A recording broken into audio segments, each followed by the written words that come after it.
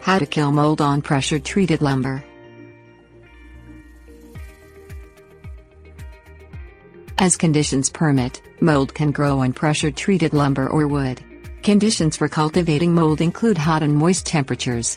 Heat can be generated from the weather or the sun shining in a well-insulated building, and moisture can come from the humidity or wet wood that has been piled up and not ventilated. Mold can be killed in numerous ways.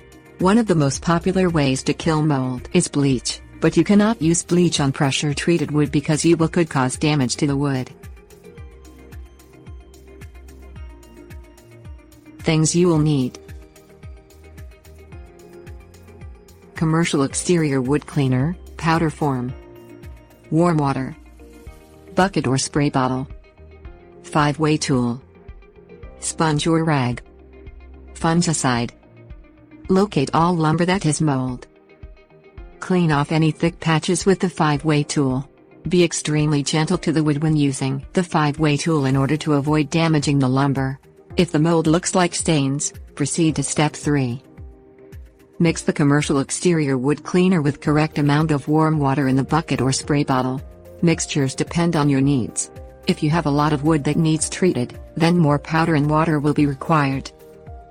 Spray the mixture on the treated lumber, and scrub gently with a sponge or rag until the marks are gone.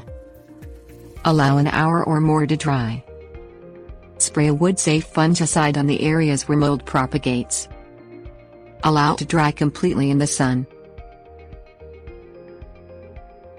Tips: warnings.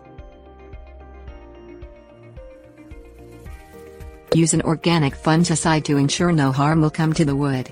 Create conditions for your lumber that will not breed mold or mildew and possibly damage your lumber. Perform a splash test that will show you what kind of results the commercial cleaner will have on your lumber.